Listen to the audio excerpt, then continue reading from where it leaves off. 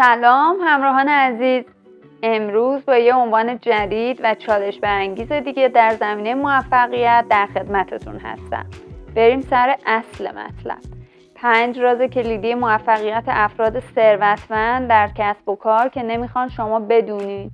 این 5 راز که بر پایه الگوریتم زیرساختی زندگی ثروتمندان بیان میشه عبارتند از 1.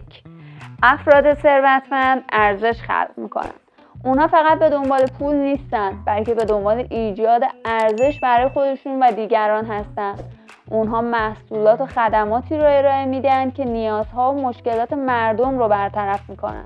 اونها از طریق خلق ارزش، درآمد و ثروت خودشون رو افزایش میدن. 2. افراد ثروتمند شرکای خودشون رو عاقلانه انتخاب میکنن. اونها با افرادی که مثبت اندیش، متعهد، متخصص و موفق هستند ارتباط برقرار میکنن. اونها از افرادی که منفی اندیش، بی‌مسئولیت، ناکارآمد و شکست خورده هستند دوری میکنن. اونها میدونن که شریکاشون تأثیر بسزایی بر رشد و موفقیتشون دارن. 3. افراد ثروتمند برای زمان خودشون ارزش قائلن. اونها زمان خودشون رو به کارهایی که مهم و مؤثر و مربوط به اهدافشون باشه اختصاص میدن. اونها زمان خودشون رو برای کارهایی که بی‌معنی و بی اثر و مربوط به اهداف دیگران هست تلف نمی‌کنن.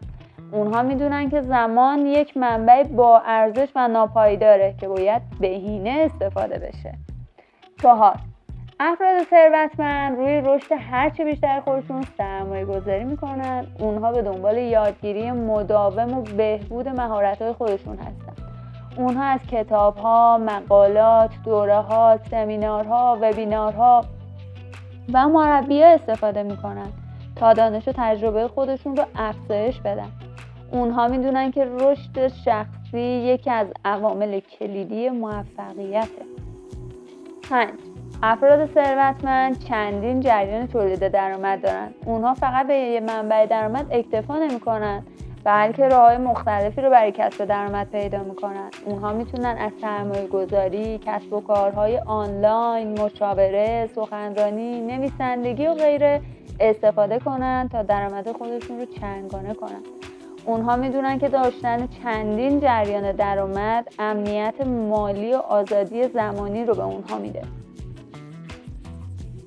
همراهان گرامی، در اینجا ویدیوی 5 راز کلیدی موفقیت افراد ثروتمند در کسب و کار که نمیخوان شما بدونین به پایان رسید. از اینکه تا به اینجا همراه من بودید خوشحال و مسرورم. در بخش‌های بعدی منتظر شما هستم. لایک و سابسکرایب و زدن زنگوله یادتون نره.